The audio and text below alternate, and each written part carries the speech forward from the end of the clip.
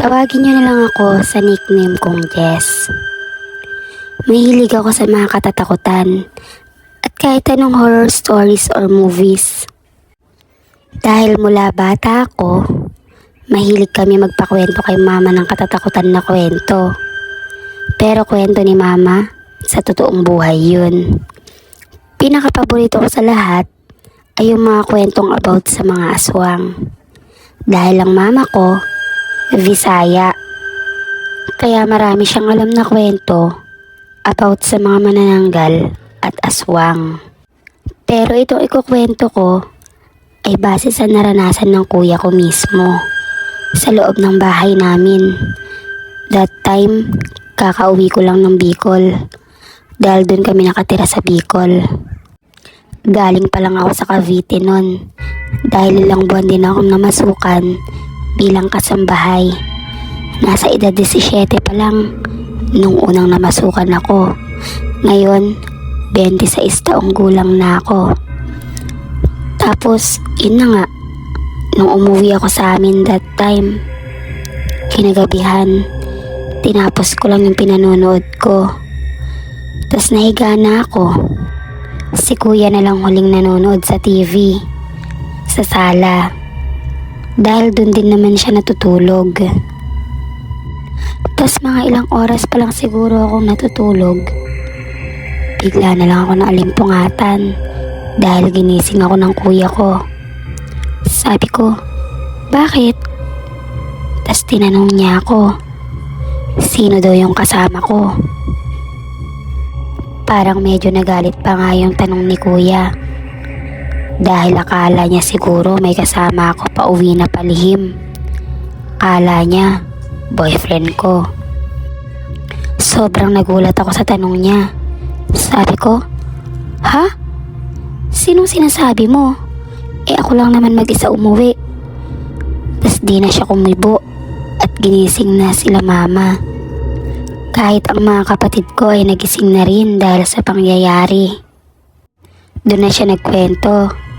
Sabi niya, kakatapos lang niya patayin yung mga ilaw sa sala. Tas ang tanging nakabukas na lang na ilaw ay sa bandang kusina namin. Pero nanonood pa daw siya ng TV that time. Nang may napansin na siyang sumisilip-silip sa kanya sa may kortina na papunta sa kwarto namin, kitang-kita daw niya kung paano siya silipin nito. Yung parang padungaw-dungaw sa may kortina. Ang nahuli niya ay may taklob ng puting tela. Pero kita niyang nakasilip ang mukha nito kahit madilim ang sala dahil nakapatay ang ilaw. Ay maaaninagan naman niya ito dahil sa nakabukas ang ilaw sa kusina. Tas doon na siya kinabahan dahil sa matapang ang kuya ko. Di na siya nakatiis. Tumayo na siya dahil parang nakakaloka na yung ginagawa ng sumisilip sa kanya. Nung pagtayo niya para tingnan kung sino yung nasa may kurtina, ay napansin niyang agad-agad din itong nawala doon. Tumakbo din daw agad papuntang kusina namin. Dahil sa ang kwarto namin sa loob ay may shortcut papuntang kusina, ay doon siya dumaan. Biruin mo, nakasarado na ng maigi yung pinto namin sa kusina. Pero nung tinangka ni kuyang habulin ito, sobrang napakabilis daw nitong tumakbo. At mabilis ding nakalusot sa may pintuan namin sa kusina. Kahit nakasarado ito ng maigi. Binalak ni kuyang habulin ito. Kumuha siya ng itak at flashlight. Dahil dun sa likod namin, ay medyo bukid na siya at pataas pa ito. At ayun na nga, sinubukan niyang habulin hanggang paitaas. Pero di na niya naabutan kasi sobrang bilis daw nitong tumakbo. Pinagmumura pa nga daw ito ni kuya habang hinahabol niya ang misteryosong babaeng nakatalokbong ng telang puti. Sobra talaga kaming kinilabutan sa kwento ni kuya. Lalo na ako kasi ang akala lang ni kuya may kasama akong umuwi. Tas kinabukasan, nakita nila kuya sa likod ng bahay namin. Yung mga yapak ng paa ng misteryosong babae na hinahabol niya kagabi. At isa din ako sa nakakita nun. Medyo maliit lang yung paa niya. Yung tipong pang grade 5 or grade 6 lang ang korte ng paa nito. Tas dun na naghinala sila mama at kuya. Napakaaswang daw yun dun sa lugar namin. Ang nakita niya kagabi, nung time na yun, isa lang din sa mga pinaghihinalaan namin. Dahil siya lang naman ang pwedeng may kasize ng ganong paa.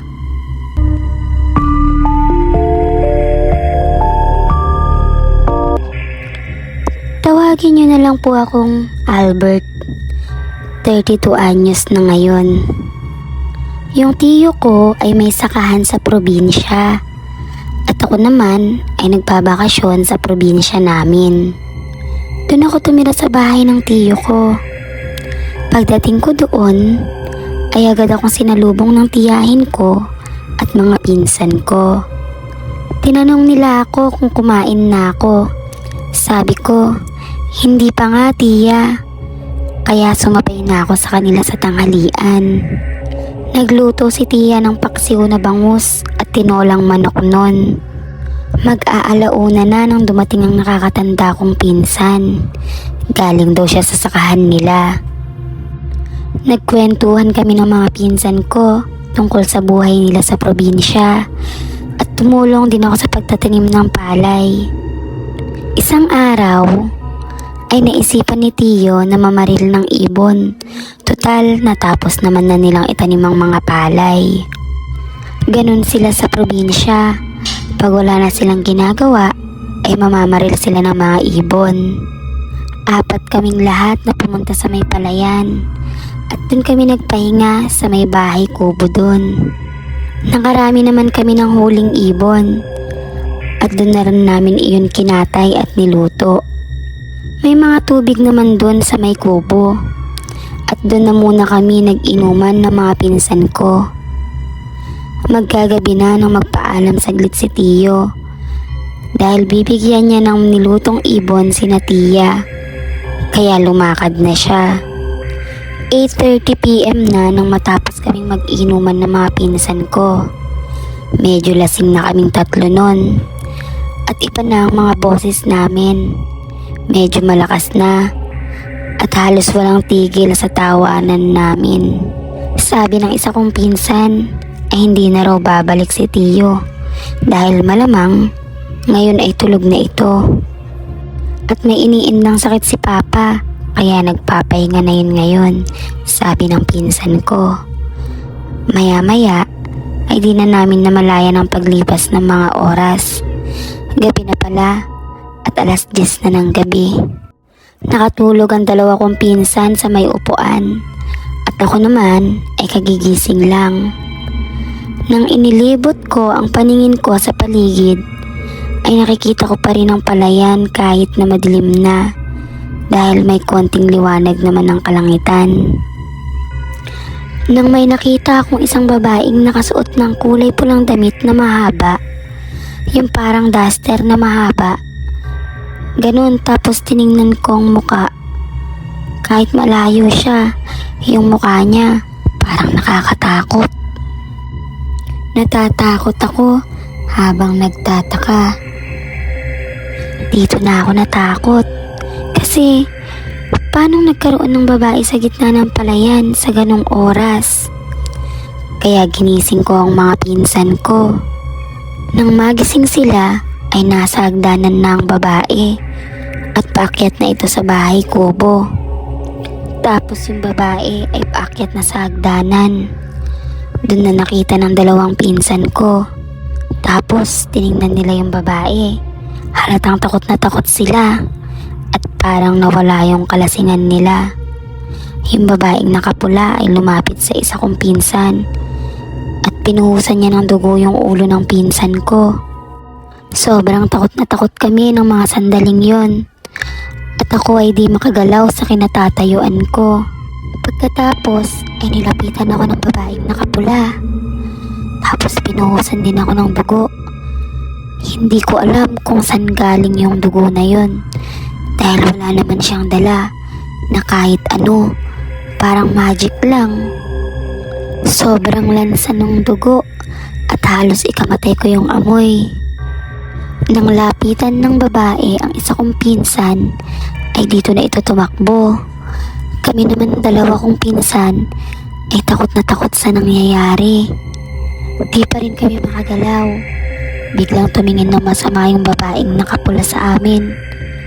Bago niya habulin at sundan yung isa kong pinsan na tumakbo, napansin kong puro dugo na pula ang damit nitong kulay pula. At nakalutang lang siya sa hangin. Naiyak na yung pinsan ko sa sobrang takot niya sa nangyayari sa amin. Wala pang 1 minuto ay naabutan na niya ang pinsan ko na tumakbo at binuhusan niya ng dugo sa ulo. Pagkatapos, yung pinsan ko na tumakbo ay may nilabas na krus na kwintas. Nagdasal siya ng taimtim.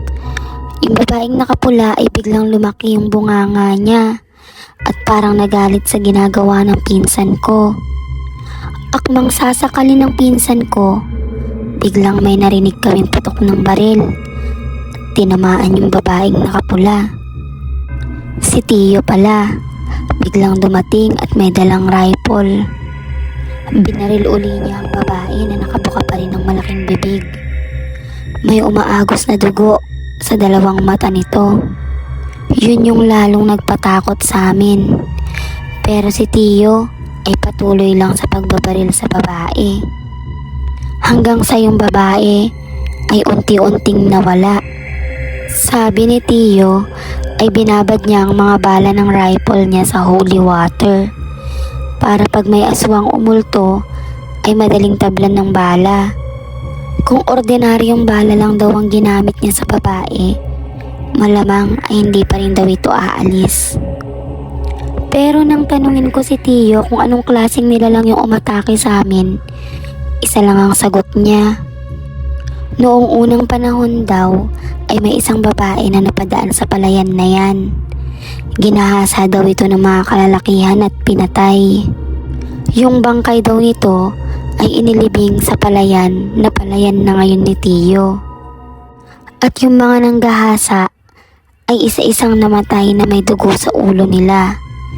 Pero yung babaeng nakapula ay di na natigil sa ginagawa niya at lagi nang nagmumulto sa lugar niya. Marami na rin daw itong napatay na lalaki. Hanggang dito na lang po ang kwentong nakakatakot. Marami pa po akong mga karanasan sa buhay about sa mga multo. Pero next time na lang po. God bless po sa inyong lahat. Maraming salamat.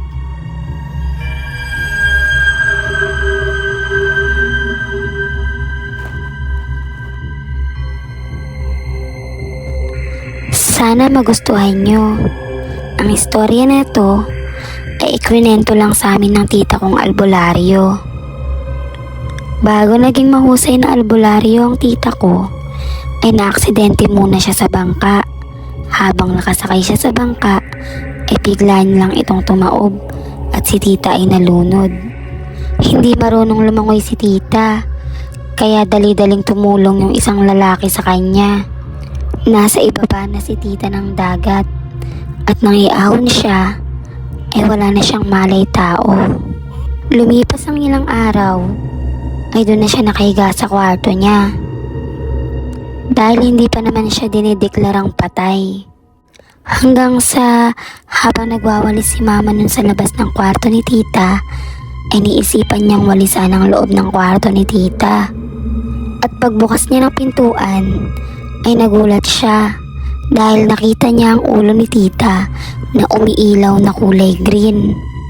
Kaya dali-dali niyang tinawag si lola at mga kapatid nila. Nakita raw nila yung ilaw sa ulo ni tita. Pero nang lapitan nila, ay napapasok sila sa sobrang init. Parang may nakaharang na apoy sa paligid ng katawan ni tita. Fast forward natin, naging maayos na ang kondisyon ni tita at nakakapagsalita na siya. Hanggang sa sinabi niya na nakausap niya ang Diyos habang siya ay nakatulog. Sabi daw ng Diyos, dapat daw ay manggamot siya ng mga tao. At yun naman ang ginawa niya. Mura lang ang hinihingi ni tita sa lahat ng mga nagpapagamot sa kanya. At tuwing Huwebes ay nawawala si tita dahil may pinupuntahan siyang sementeryo at kuweba. Nalibot na rin ni tita ang lahat ng kabundukan dito sa Pilipinas. At may naikwento siya sa akin na karanasan niya noong pumasok siya sa kuweba sa parting Mindanao. Hating gabi daw noon at mag-isa siyang pumasok sa loob ng kuweba.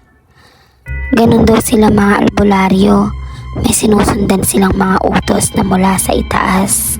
Nang pumasok siya sa loob ng kuweba, ay marami siyang nakitang mga ahas na ordinaryo ang laki. Pero dahil si tita ay may pangontras ng dasal, hindi siya tinuklaw ng mga ahas. Parang napapaamo niya ang mga ito. Pababa siya ng pababa at ang tanging ilaw lang niya ay isang flashlight hanggang sa may nakita siyang dalawang sobrang malaking ahas na kulay itim. Totoo pong kwento ito, Miss Ana. Nakaharang daw sa dinadaanan ni tita yung dalawang malaking ahas na kulay itim. Nakita niya ang mukha ng isang ahas na sobrang nakakatakot at may kulay dilaw na mata. Nakaramdam ng takot si tita nun, pero hindi siya nagpatalo dahil alam niyang ginagabayan siya ng Diyos. Hindi natakot si tita sa malaking ahas na kasing taba daw ng poste ng bahay at mahaba. At naramdaman niyang kinausap siya nito kung ano daw ang ipinunta niya sa lugar nila. Yung mga ahas daw po ay may kakayahang makipag-usap sa mga piling tao gamit ang kanilang isip. Sumagot si tita na inutusan siya ng Panginoon na pumunta dito at may kukunin siyang laway sa isang ahas na dalawang ulo. Sinagot naman siya ng malaking ahas gamit ang isip na wala dito sa taas ang ahas na may dalawang ulo. Nasa ibang bahagi at sobrang mapanghanib kung tutuloy siya dahil maraming mga kakaibang nilalang sa ibaba kumpara sa itaas. Sumagot naman si tita na ayos lang sa kanya dahil yun ang iniutos sa kanya ng Diyos. Ilang sandali pa ay bigla daw may bumukas dun sa ibabang bahagi ng kuweba na isang lagusan na parang may tubig daw at pumasok dun si tita. Pagpasok niya ay may nakita siyang isang waterfalls na sobrang ganda at may mga ibon dun na mga maliliit at iba't ibang mga kulay. Nabighani si tita sa ganda ng lugar dun. Sa ibaba, parang paraiso daw at may mga magagandang bulaklak at mga halaman. May nakita din si tita ng mga sirena. Yung mga pinalalabas sa TV na sirena, ganun din daw kaganda. Kalahating tao at kalahating isda. Magaganda daw sila at kulay dilaw ang mga buhok. Tinanong ni tita ang isang sirena kung may nakita ba siyang ahas na may dalawang ulo.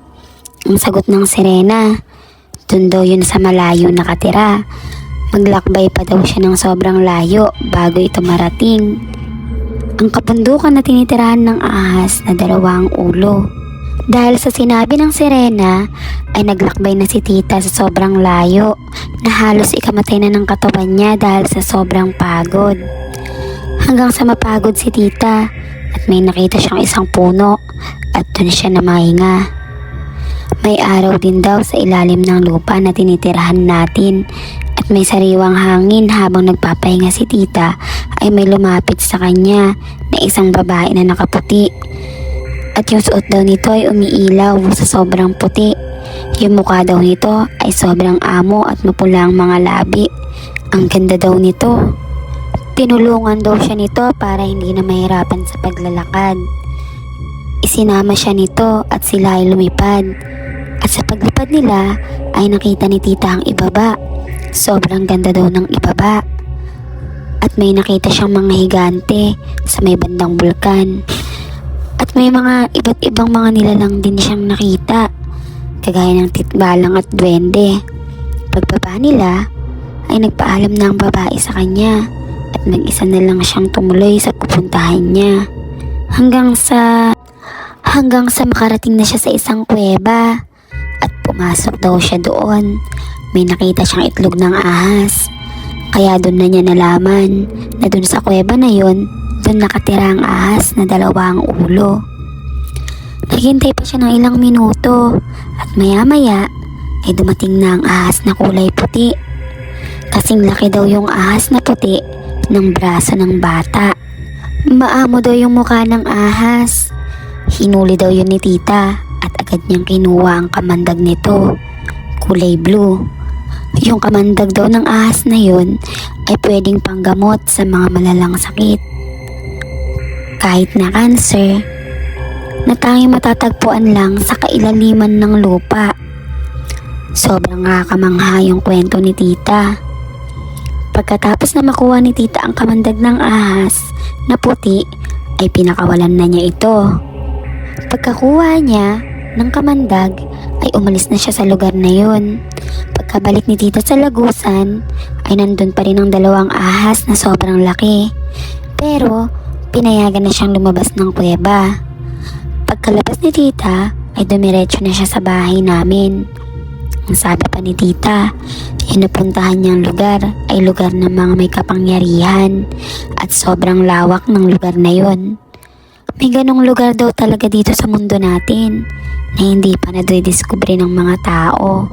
Sa ilalim daw ng tinitirhan nating lupa ay may isa pang mundo kung saan may mga nakatirang mga kakaibang nilalang kagaya ng sirena.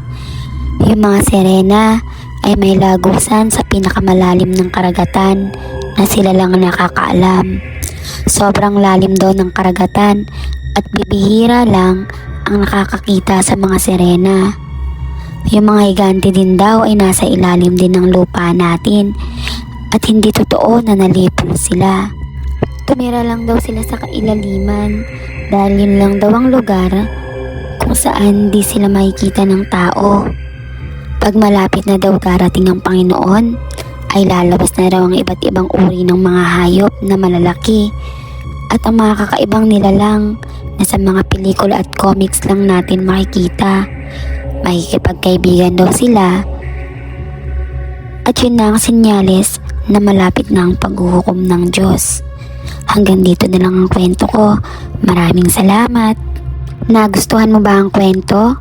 Kung nagustuhan mo, huwag mong kalimutang mag-subscribe at mag-like para updated ka sa mga susunod ko pang kwento. Maraming salamat!